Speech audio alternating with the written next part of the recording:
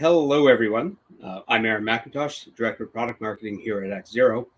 I'm here today with our holiday edition of our 8 top cybersecurity tips. These have been curated across a ton of collateral that we put out this year and are in line with a lot of the questions that we're hearing from our audience. I've been with X0 now for about a year and a half. I've got about 20 years experience in product marketing, listening to customers, trying to understand your needs, and be able to curate content for you. However, today I'm playing a bit of a different role. I'm Special Delivery Agent Aaron McIntosh, working for the big guy up north. So before we get started, a couple quick housekeeping notes for those audience members joining us live today. Below the screen, you'll see 3 important tabs. One's the attachments, where you're going to find links to all the resources that we referenced during today's presentation. The second is for feedback. Here you can rate the webinar, provide feedback, ask questions that you'd like to see in the future, and then questions. While we won't be taking any questions live today, please do feel free to submit them, and we will get back to you as soon as possible. And finally, stay to the end to hear how you could win a prize valued at $50 for your participation today. So let's check the old X0 mailbox. My first letter comes from Kevin McAllister. He writes, "Dear X0, I run a home security company in Chicago.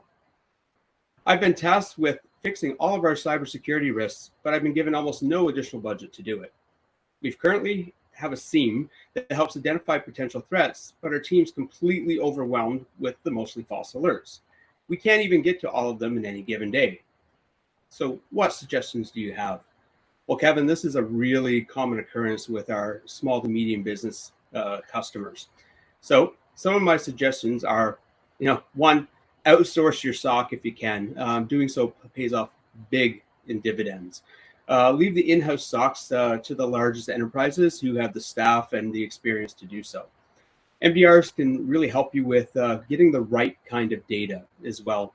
A lot of tools, adding on tools, SIEMs, EDRs, SOAR, they're very good at giving you more data. Unfortunately, more data means that you have to spend more time looking at it. So it really comes down to, one, getting the right kind of data. And one of the best ways to sort through that data is to have machine learning or AI in place. And that can really help you with refining detections, finding things in rapid speed that a human can't. And finally, really look at SOCs that have created this interdepartmental cohesion. So the SOC is working with the data science team, they're working with the product engineering team, they're working with the sales engineering team. It's only by really creating that cohesion that you're going to get the best result. And one resource that we can help you with is our Hyperscale SOC document.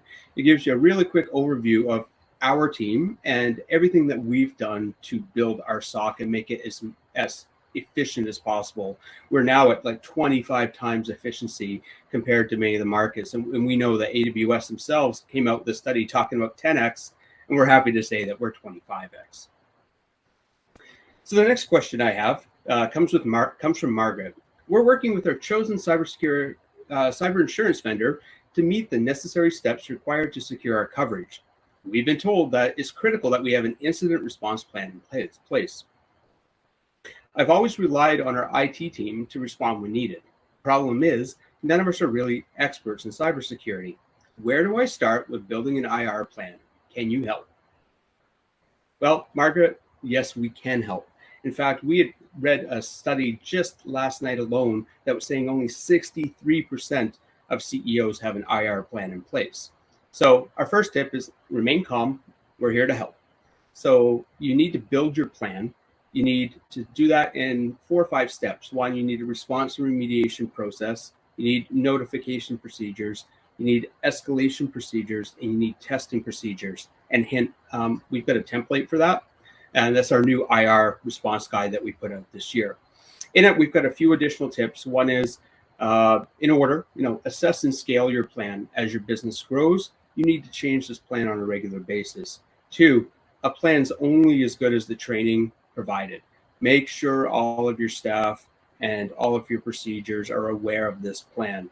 And 3, test your plan regularly. Run fire drills. We've actually put a blog up on that as well, and you'll find that on our website. Our next letter comes from Clark.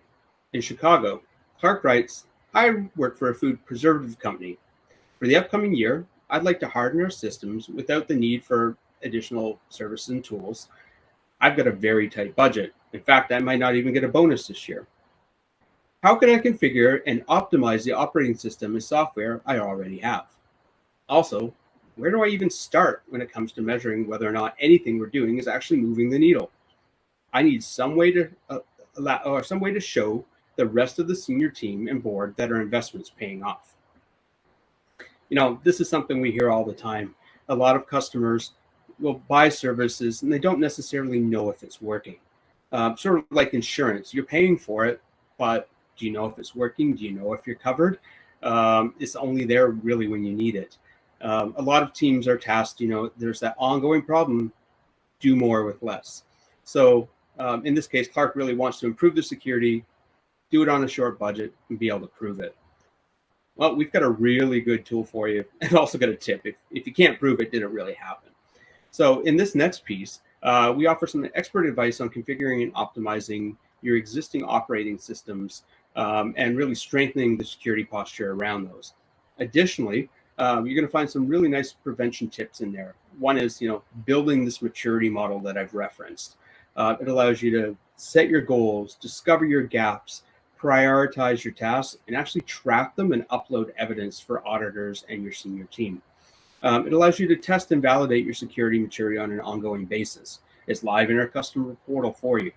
It teaches you how to, introduce your software restriction policies, create hosted firewall policies, institute a restricted groups policy, and even leverage your OS's antivirus software that's already there.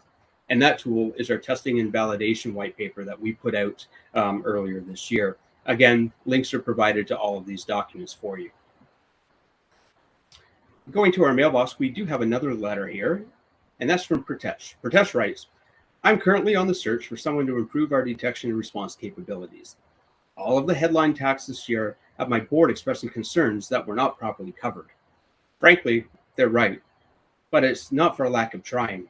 Last year, we integrated a new EDR. We have a new SIEM and a DLP solution. We're better off than we were, but I can't say with confidence that we'll be able to stop or even detect the next breach. Is there anything Act Zero can do to help me out? Yes, actually there is, Pratesh. First off, don't get caught on your heels. This is happening across the board.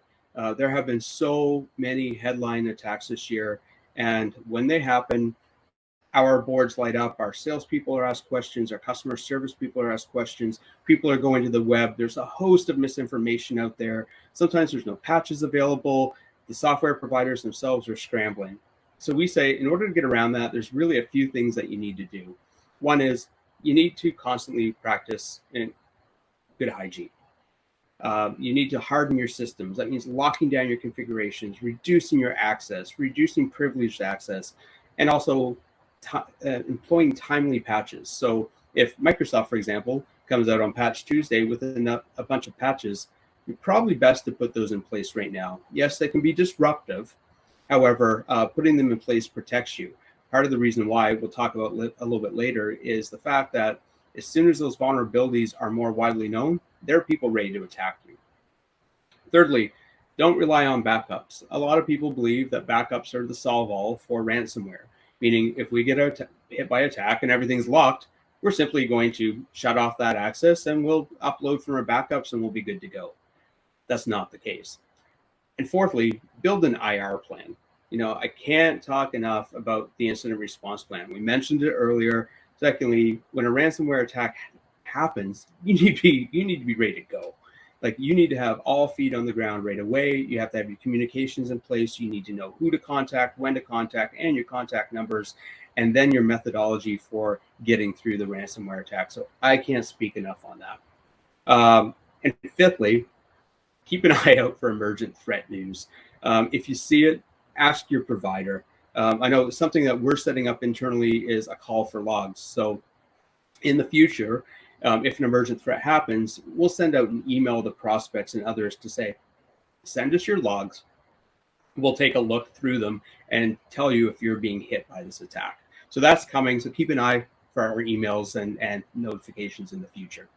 And the doc I'm going to reference here is our Rise of Ransomware as a Service doc. This is a document that was written by Adam Mansour, our VCISO, Sean Hiddle, as well as I believe is Will Ganitis, our head threat hunter. They are all instrumental to helping stop ransomware for our customers. And this is an absolutely fantastic read for both the buying decision maker or executive level, right down to your more tech savvy people in the company. So off to the mailbox, and the next letter we have comes from Cindy. Cindy writes, I'm really hoping you can help me. We've recently been shifting much of our work into Microsoft 365 and Azure AD. I'm in the process of formulating a policy and security controls around this right now. I've got confidence in security tools recommended by Microsoft, but I'm on a tight budget and not sure if I can afford to layer on additional services. But I want to make sure that my business is protected. How can Act0 help me out? Well, Cindy, really when it comes to the cloud, the number one tip is you've got to protect the credentials. Cyber criminals target Microsoft as its, the largest of the cloud providers. This goes the same for AWS, Google Workspace as well. The big three are constantly on the radar of adversaries. Second point, really, when it comes to threats, is that cloud's often a jump-in point to access the rest of your network. Just like attacks can start on the endpoint, work their way through the network and into the cloud, they can easily start in the cloud as well. And again, when it comes to credentials, account takeover is your largest threat. We've put out a number of pieces on this one this year. The one I'm going to call out today is a white paper that we wrote on securing the Microsoft cloud, where we've got some tips in there to help you out. And those mitigation tips are quite simple. One, you need detections across your endpoint and your cloud. You can't just rely on having one for each. You really need to be able to pull in from multiple and varied locations. Two, account takeover detections are key. You need to work with a solutions provider that focuses on account takeover detection and can provide the remediation steps for you. How we do it is we take raw data in from all those sources, like your Microsoft environment, your cloud, your AWS environment, and we run them through our machine learning enabled detections. It's a really fast way to detect if something's happening and stopping. And from there, we're also providing support for AWS, Google Workspace, and the multi-cloud environment. Whenever we do detect something, we've got a bunch of ways to respond. One is an auto response where we'll actually block the access. If it's not severe, we'll send you remediation advice. Sometimes that's directly from Microsoft as well, but you will get remediation advice with all detections from us. Number 6. This comes from George in New York. George writes, we've had a very good year here at Mandalay Industries. Our sales of latex and latex-related products have gone through the roof. Unfortunately, this has led us to become a bit of a target for hackers. Earlier this month, an employee of ours opened an email which triggered a ransomware event. Luckily, it only affected their laptop. The issue is, we're now up for contract renewal with a supply chain partner who's asked us to disclose our cybersecurity preparedness and any breaches we've had. This is something we've had on our own contracts as well. How do we go about securing ourselves and our partners?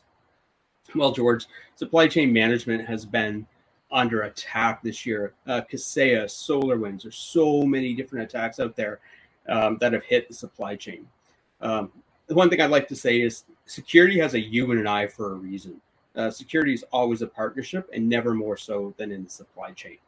So in the document that we're going to provide for you today, it's our 6 steps to securing your IT supply chain. Step 1, take control of your inventory and manage your IT assets.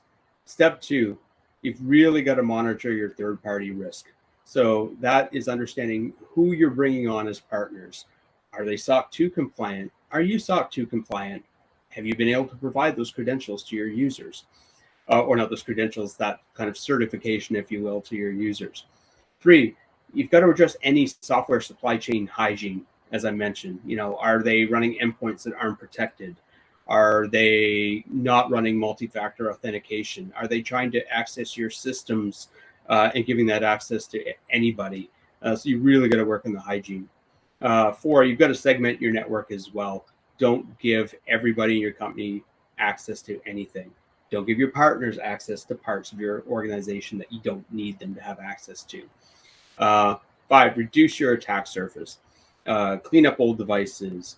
Isolate your cloud environments from your endpoint environments. And 6, constantly monitor it. You really need a solution that's looking for detections, looking for IOCs and IOAs across all of those environments. And if we go to the mailbox again, we have another letter here, and this comes from Erica.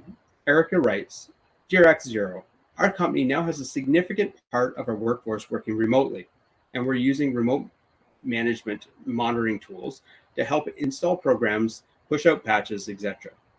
I understand RMM tools have become increasingly appealing to attackers, considering the recent Kaseya and SolarWinds attacks.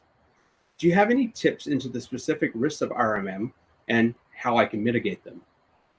Erica, we do. A couple months back, we wrote a threat insight piece that really talked about reducing your attack surface and tightening controls. And that was a threat insight piece that you'll find here. Again, we'll attach all of these for you afterwards, and they're available on our site. So with RMM attacks, adversaries really are looking to redirect the connects to their own malicious server. Once they get people to go there, they're immediately trying to take control of that RMM tool to gain access to other targeted machines. From there, they're installing their own software on the controlled machines, and they're usually doing this without detection. And from there, they're spreading that control from machine to machine, server to server, and beyond. And the end goal, of course, with most attacks is extract the files, install the malware, install the ransomware, lock the machine, and be as disruptive as possible. Sometimes they're sneaky, though, and they just take their data and move on. So some of the prevention tips we have for protecting our RMM are limit administrator access. People are working from home. Not everybody has to have admin access. Yes, it's really nice to be able to give it to your employees so that they can add the tools they need to be most efficient in your job, but you're creating a security hole. 2, access and limit what tools users have on their machines. Don't give them access to anything. If they need, for example, a marketing tool or marketing widget, run that through IT. You control that. You control the single sign-on. You control how you want people to access that. That allows you to have greater security control. 3, consider moving to cloud-based RMM tools that have better access to revocation. Yeah, we've talked about cloud being, having its own security challenges, but when it comes to RMM tools, you're actually better secure. One of the reasons right there is the fact that you can better access revocation tools, meaning you can close it down. You can isolate it better than a physical tool on an endpoint. And again, continuously monitor for changes in your environment. And the final letter that we have today in the X0 mailbox comes from Tommy. Tommy writes, Dear X0, we're a small parts truck manufacturer in Sandusky, Ohio. We're looking to bid on a new contract opportunity with a major defense contractor. In the RFP, there's a specific reference to being compliant to CMC Level 2. Coming off a really tough 2 years, winning this contract would secure our company's future. We don't know where to start with preparing for CMMC. Any recommendations? Regards, Tommy. Well, Tommy, we've had a lot of experience this year on CMMC. It has been a hot button topic in the market. Unfortunately, there's been a lot of changes in the market. We've been working in the last year and a half, 2 years on CMMC Level 1.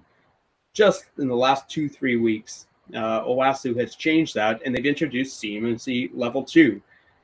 So that's got a lot of people spinning. No worries, we boiled that down for you. Myself and Adam Mansour, our VCISO and head of sales engineering, recently ran a webinar for you called CMMC 1 versus CMMC 2, What You Need to Know. There's a ton of great information in there. I'll really sum it up in this stage. If you have any classified user information, you need to apply CMMC. It really boils down to NIST 800 or 800-171 and 172. Look at those standards, but take a look at this video. We've got lots of tips. We also have some additional documents that can be supporting for you. And that is, we've built a CMMC super tracker It is updated with CMMC 2.0 information, but this is an absolutely fantastic way to start building your detailed project plan. Part of CMC 2.0 is a self-assessment criteria. So this will get you well on your way. It helps you map against other frameworks as well. This is updated, available for you here, and it's on our website as well. And finally, when it comes to CMMC, you really need help, especially if you're a small organization without somebody who is compliance ready, has all the specialized training. Reach out to a CMMC registered provider organization like us to help out. Adam and others have been trained in doing this, and they'll be able to walk you through and answer any questions you have. And if they don't, they'll be able to provide you the direction to go to find the answers. So let's recap them. Tip 1, outsource your SOC if you can, because it's going to give you big dividends. 2, remain calm. We've got an IR guide that can help you out. Tip 3, establish your maturity baseline, prioritize, and constantly track your progress to it. Tip 4, don't get caught on your heels when it comes to emergent threats. Do all the legwork in advance, and you'll be much better off if something happens. Tip 5, protect the credentials to mitigate your risk when it comes to the cloud. Tip number 6, security has a you and an I for a reason. You've got to work together with your supply chain partners to make sure the entire ecosystem is secure. Tip 7, reduce your remote attack surface by tightening your controls. And the final tip is get tracking. The time is now when it comes to CMMC. Yes, they've extended the deadline out, and there are some uncertainties, but the contracts are coming. And if you want to win and you want to get ahead of your partners, start tracking now. So thanks everyone for watching. Anyone who did attend the entire webinar and watched all the way through, you're going to receive a ballot towards a draw for a prize valued at $50.